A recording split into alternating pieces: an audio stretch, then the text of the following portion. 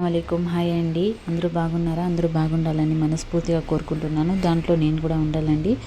ఈరోజైతే చిన్న బ్లాగ్ చేస్తున్నాను. చూసిన తర్వాత తప్పకుండా మీకు నచ్చితే లైక్ చేయండి, సబ్స్క్రైబ్ చేయండి, షేర్ చేయండి అండి. ఇది ఖజురాలు నైట్ చేసిండే అండి. పొద్దున్నే అయితే స్టవ్ అంతా క్లీన్ చేసుకొని, సామాన్లంతా క్లీన్ చేసుకొని, మళ్ళీ ఇది అయితే కాలే జామున్ అంటామండి మేమైతే. ఆ కాలే జామున్ అంతా తెచ్చుంటే క్లీన్ చేసేసి ఒక బౌన్లో పెట్టేస్తున్నానండి. ఇది అయితే కుల్తీ అండి. కుల్తీ కూడా నానబెట్టేస్తున్నాను. అది నానిన తర్వాత మొలకలు వస్తాయండి. ఇది అయితే ఖజురాలు నైట్ చేసిండేది. ఖజురాలు బాక్స్లో పెట్టేస్తున్నానండి. ఇది అయితే ఇప్పుడు పెసరు మొలకలు అండి. ఇవి అయితే కొంచెం పెసరు మొలకలు ఉంటే దాంట్లో పొటాటో అంతా కట్ వేసి గ్రేవీ చేసుకుందామని, పెసర్లు చారు చేసుకుందామని చేస్తున్నానండి. ఇప్పుడైతే కుక్కర్లో ఆయిల్ వేసేసి ఒక పెద్ద చెమ్మచ్తో 2 చెమ్మచ్ల ఆయిల్ వేసేసి, ఆయిల్ హీట్ అయిన తర్వాత దాంట్లో ఉల్లిపాయ వేస్తున్నానండి. పెద్ద ఉల్లిపాయ హాఫ్ వేస్తున్నానండి నేనైతే. దీంట్లో బాగా ఇది ఫ్రై అయిన తర్వాత దాంట్లో అల్లం వెల్లుల్లి పేస్ట్ వేసుకుంటున్నానండి 1 స్పూన్.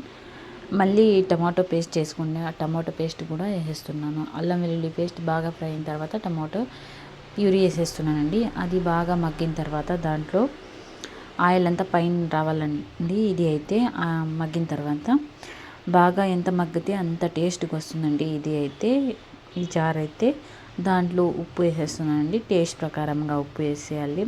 ఇది అయితే పెసరు మొలకలు అయితే పచ్చివి కూడా తినచ్చండి. ఇది ఇట్లా కర్రీ కూడా చేసుకుంటే చాలా టేస్ట్గా ఉంటుందండి. ఒక పచ్చిమిరపకాయ కూడా వేసేస్తున్నానండి. దాంట్లో వేసేసి బాగా ఫ్రై చేసుకుంటున్నాను. ఇవి అయితే ఇప్పుడైతే దీంట్లో ఉల్లగడ్డలు ఇంకా పెసరు మొలకలు అంతా వేసేసి దాంట్లో మళ్ళీ బాగా మగ్గిన తర్వాత మసాలాలో అవంతా మళ్ళీ దాంట్లో కారం పొడి 1 స్పూన్, ధనియాల పొడి 1 స్పూన్ వేసేసి బాగా మిక్స్ చేసుకొని కుక్ చేసుకోవాలండి. మీడియం ఫ్లేమ్లోనే, హై ఫ్లేమ్లో కాదు, లో ఫ్లేమ్లో కాదు, మీడియం ఫ్లేమ్లో కుక్ చేసుకోవాలా. ఇది అయితే బాగా మగ్గిన తర్వాత దాంట్లో కొత్తిమీర కూడా వేసేస్తున్నానండి. మళ్ళీ అయినా వేసుకోవచ్చు కొత్తిమీర లాస్ట్లో అయితే. ఇప్పుడు వేస్తే ఇంకా టేస్ట్ బాగుంటుందండి. మళ్ళీ జార్ బౌన్ క్లీన్ చేసుకొని వాటర్ వేసుకొని దాంట్లో కొంచెం వేసేస్తున్నానండి. హాఫ్ గ్లాస్ వాటర్ వేసేస్తున్నాను.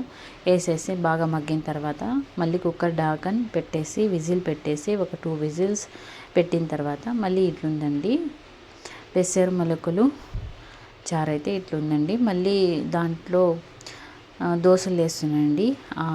కర్రీలో పెసరు మొలకలు కర్రీలో దోశ వేస్తున్నాను. దోశ పిండి ఉంటే మా ప్యాన్ అయితే దోశ ప్యాన్ అయితే బాగా దోశలు వేసిన తర్వాత బాగా వచ్చేస్తాయండి. వేసిన తర్వాత టిఫిన్ చేస్తున్నామండి. టీ ఒక సైడ్ స్టవ్ పైన పెట్టేసి ఉడుకుతూ ఉంది. టీ చేసి టిఫిన్ చేసిన తర్వాత టీ తాగేసి సామాన్లంతా క్లీన్ చేసేసి మళ్ళీ మధ్యాహ్నంది వంట రెడీ చేస్తున్నానండి.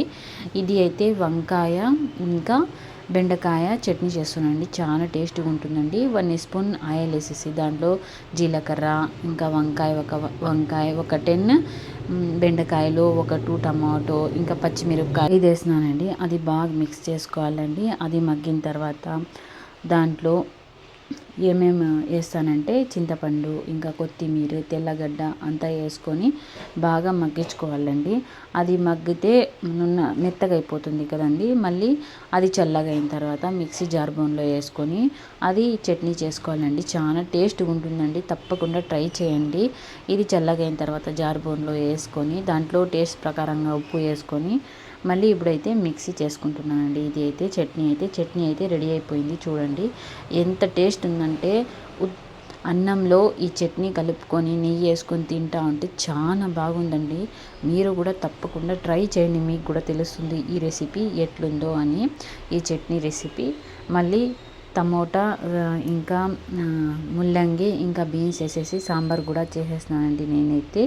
ఇప్పుడు దాంట్లో పాపడైతే వేయిస్తున్నానండి నూనెలో వేసేసి. లంచ్ అయిన తర్వాత నేనైతే మిద్ది పైన పోతున్నానండి. ఎందుకంటే అవి బెడ్షీట్ అంతా ఉతికేసి ఆరబెట్టేస్తున్నానండి. ఎందుకంటే బక్రీద్ పండుగ వస్తూ ఉంది కదా, దానికోసం అది ఉతికేసి ఆరేసినాను. ఇప్పుడు తెచ్చేకి పోతున్నానండి.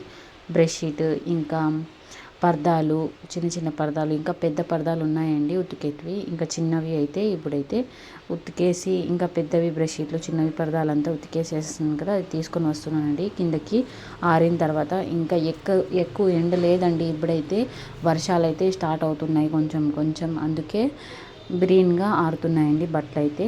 మళ్ళీ కిందకు వచ్చిన తర్వాత నీళ్ళు తాగుదామని ఇట్లా వాటర్ అంతా ఎళ్ళీరంతా పగలు కొట్టేసి మా పిల్లోడైతే అది వాటర్ అంతా వేసిస్తున్నాడండి.